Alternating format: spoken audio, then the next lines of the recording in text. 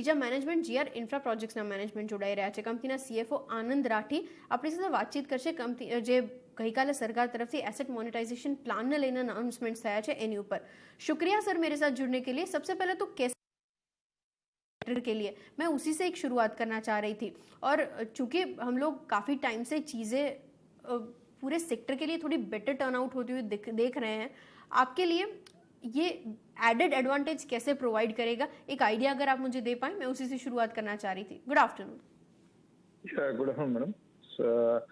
So जो asset management programme जो which is being launched by जो finance minister honourable finance minister, उसमें in the program for road highways it's a 1.6 lakh crore program in road sector particularly, and for current year it is 30,000 crore का जो अपना program है. And there we believe that the investors are there. I mean they are we have got good response from our investor also in recently concluded IPO, where investor was pretty confident in pouring more money into our company. And हम लोग को ये लगता है कि जो 30,000 करोड़ का current year का प्रोग्राम और 1,60,000 करोड़ का जो गवर्नमेंट का प्रोग्राम है for asset management this NMP, उसमें we are on advantages more. Reason being कि we can raise the money. I mean we have already geared up. I mean अपने as and when the capital is required to tap this kind of opportunities, तो हम लोग we can raise more money from the investors, जो हम लोग को लगता है. And as of now also we also having a portfolio of around 14-15 road asset, जो हम लोग we are also managing our portfolio with enterprise value of around 18,000 crore plus, which will be completely operational next 2.5 years time. तो हम लोग को लगता है कि that also, I mean this announcement would also there in this particular announcement we also see that the biggest ever opportunities which lies ahead for us actually to take our asset management platform at next level, जो हम लोग को लगता है. Okay, agreed sir. अच्छा, मुझे थोड़ा ये सिनारियो ये भी समझना है इन टर्म्स ऑफ ओनरशिप, क्योंकि पूरी पॉलिसी के अनाउंसमेंट्स के दौरान जो कमेंट्स आ रही थी उसमें ओनरशिप गवर्नमेंट के पास रहेगी, ये बात काफ़ी क्लियरली बताई गई थी. तो ये मॉडल कैसे वर्कआउट होगा जो मोनेटाइज करने की हम लोग बात कर रहे हैं, वो इसको लेकर आपसे अगर कुछ कम्युनिकेशन हुआ है, आप अगर मेरे दर्शकों के लिए थोड़ा सिंप्लीफाई करके मुझे आइडिया दे पाएं. हाँ, नहीं, ओनरशिप एक्चुअली जो नीति आयोग के सीईओ जो अमिताभ कांत जी ने भी he made amply clear that कि ये this program should not be mistaken for privatization. उन्होंने एकदम clear cut बोला है, and ownership remains with the government only. इसमें this is the kind of public private partnership where we are entering, हम लोग as a developer we are entering with the government in a structural contractual arrangement. हम इसके लिए हम लोग generally the word which is being used is public private partnership. So basically the role which was supposed to be provided by government in providing that infrastructure, the facility government जो देती है अपने users को, citizens को, this is actually it's a government duty, I would say, जो government को provide करनी है for better life and for economic growth and all that. वो जो it is actually this roles and responsibility is actually casted upon private player for limited period. मतलब इसमें ownership asset का ownership नहीं आ रहा है. Only thing is that we would be developing और it is develop already developed asset है, तो would be operating. So infra player would be operating that asset for the actually and will be unlocking the capital which is already invested by the government. तो government ने जो पैसा already लगा के, तो अगर आप देखेंगे लास्ट 7 साल में रोड इंफ्रा जो गवर्नमेंट का national highway programme actually they have developed more than 50% of the national highway in last 7 years. तो उतना पैसा जो गवर्नमेंट ने लगा रखा है, they want to unlock it, and उस जो पैसा ये अनलॉक होगा उससे फिर वो नया एसेट क्रिएट करेंगे. But then ownership probably would be giving that, we would be having that right to operate that road for 15 years or 20 years, जिसमें हम लोग सर्विस प्रोवाइड करेंगे यूजर को, उस इंफ्रा सर्विसेज को मेंटेन करेंगे at a particular level. that level or indicator is already being defined by the government. वो performance indicator रहेंगे. Basis that we have to provide the service to user. But उसके बाद में that asset would be again goes to the government only. Then उसके बाद में after limited period, say 15 years, 20 years, whatever period which is decided by the government, उसके बाद में वो asset गवर्नमेंट का ही हो जाएगा. और अभी भी एसेट गवर्नमेंट का ही है. We are only having the right to operate, that's all. Okay, तो फिर इसके जो फ्रूट्स रीप होंगे उसका बेनिफिट कैसे मिलेगा आपकी जैसी कंपनीज को? क्योंकि जो मैं समझी हूँ आपने बताया है आप पैरेलली काम करेंगे गवर्नमेंट के साथ, ओनरशिप गवर्नमेंट की रहेगी ऑपरेशंस आप करेंगे और फिर कुछ जो टाइम फ्रेम की आप बात करें उसके बाद वापस गवर्नमेंट के यहाँ ये ओवरऑल बुक्स में आ जाएगा, ये कैसे वर्कआउट होगा बेनिफिट्स का सिनेरियो? सी प्राइवेट को लाने का अगर रोड की बात करेंगे अपन तो रोड में आप समझिए क्योंकि it is the constitutional duty of the government to provide the better road जो and better and safe road to the each and every citizen of the country, right?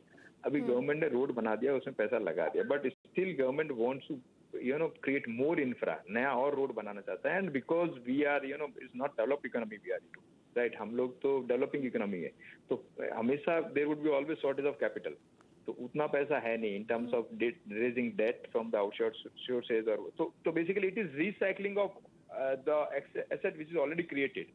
तो it is a good concept I would say, मतलब ये recycle करके and unlocking the fund which is already invested by the government in the road so far which has been developed, उसमें से वो पैसा निकाल के, I mean because when private player come into picture, वो अपफ्रंट पैसा देगा गवर्नमेंट को, और देन उसका जो basically in form of user fees और in form of toll charges, वो जो पैसा जो है by way of providing I mean good services, world class level services जो हम लोग रोड के लिए बनाएंगे और प्रोवाइड करेंगे, और उसका फीस कलेक्ट करेंगे।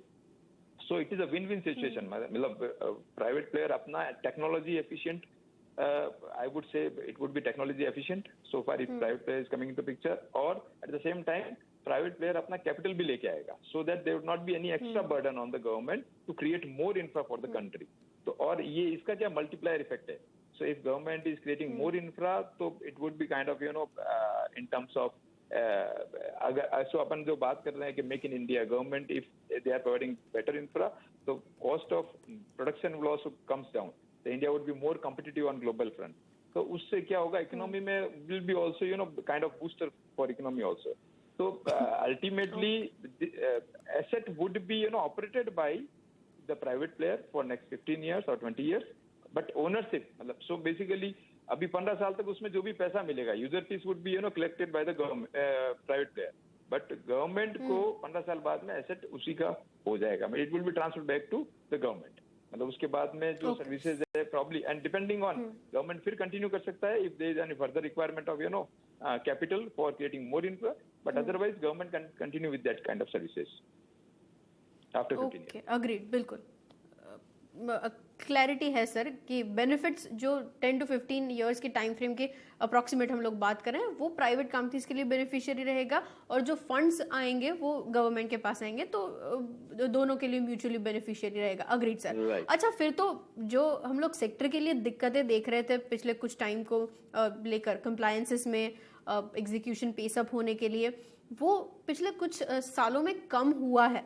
ये जो स्कीम की हम लोग बात करें इसकी वजह से थोड़ा पेसअप होगा जहां तक मैं ठीक समझ रही हूँ, और जो आपकी जैसी कंपनीज के लिए और स्पेशली इंडस्ट्री के लिए डेट एक बर्डन बन रहा था वो भी थोड़ा ईज ऑफ होते हुए हम लोग देख पाएंगे। तो एक आइडिया उसके ऊपर किस तरीके से वो बेनिफिशियरी रहेगा इस लिहाज से अगर आप मुझे दे पाए। सो एग्जीक्यूशन में गवर्नमेंट ने और कई सारे रिफॉर्म्स इनिशिएट किए हुए हैं। तो just to give you example, जैसे कि लैंड डिजिटाइजेशन, लैंड रिकॉर्ड का डिजिटाइजेशन करना है every state wise, so that कि लैंड डिस्प्यूट, लैंड एक्विजिशन जो इशू है वो दैट कुड बी मिनिमाइज्ड, और implementation and execution of project can be done on faster basis. तो ये एक बहुत बड़ा रिफॉर्म जो गवर्नमेंट इनिशिएट कर रही है, and to maintain the quality, to observe the quality of the services being provided, उसके लिए भी उन्होंने बहुत सारा मतलब क्वालिटी स्टैंडर्ड पे इम्प्रूवमेंट किया है।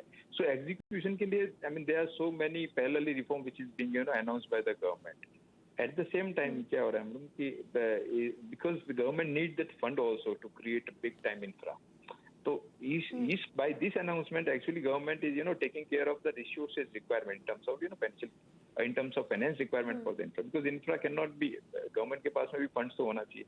So by this announcement this is actually I would say आप अपने को ऐसा देखना चाहिए कि this is just to fulfill the government intention to complete the infra creation जो program है government का, because government ने infra plan तो किया है, infra roll out किया है, but then we need the fund else, parallelly we need the fund also। तो ये एक this is a one kind of reform I would say जो government का overall intent है to create the big time infra in the country, वो by way of announcing this kind of this national monetary program जिसमें government is giving that visibility in terms of what kind of fund can be raised through this program, so that government पे budgetary जो challenges है, government का जो अपना deficit का, they can contain on that also. At the same time, private participation आने से, because they are then private players जो पैसा डालेंगे, तो government का of course budget जो in terms of debt burden would be eased off at government level और थोड़ा private level पे आ जाएगा, and then because of private stake, I think जो services है, the infrastructure services, what I believe is would be of best quality services would be able to provide to users. This is the whole concept.